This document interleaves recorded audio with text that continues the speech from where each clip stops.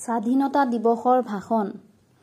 আদৰণি উপস্থাপক, সন্মানীয় অতিথিবৰ্গ, শিক্ষক, শিক্ষিকা আৰু মোৰ প্ৰিয় বন্ধুসকল, নমস্কাৰ। আজি আমি সকলোৱে 15 আগষ্ট ভাৰতবৰ্ষৰ স্বাধীনতা দিৱস উদযাপন কৰিবলৈ একত্ৰিত হৈছো। এই মহান দিনটো আমাৰ বাবে গৌৰৱৰ, আত্মগৌৰৱ আৰু ইতিহাসৰ এক বিশেষ অধ্যায়। 1947 চনৰ 15 আগষ্টত ভাৰত ব্ৰিটিছ চৰকাৰৰ পৰা স্বাধীনতা লাভ কৰিছিল। এই স্বাধীনতা সহজে আহি নাছিল।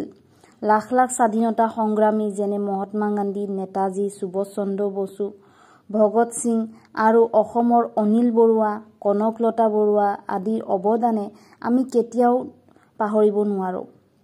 তেওঁলোকে নিজৰ জীৱন, পৰিয়াল আৰু সুখ সুবিধা ত্যাগ কৰি আমাৰ বাবে এখন স্বাধীন দেশ উপহাৰ দি গ'ল।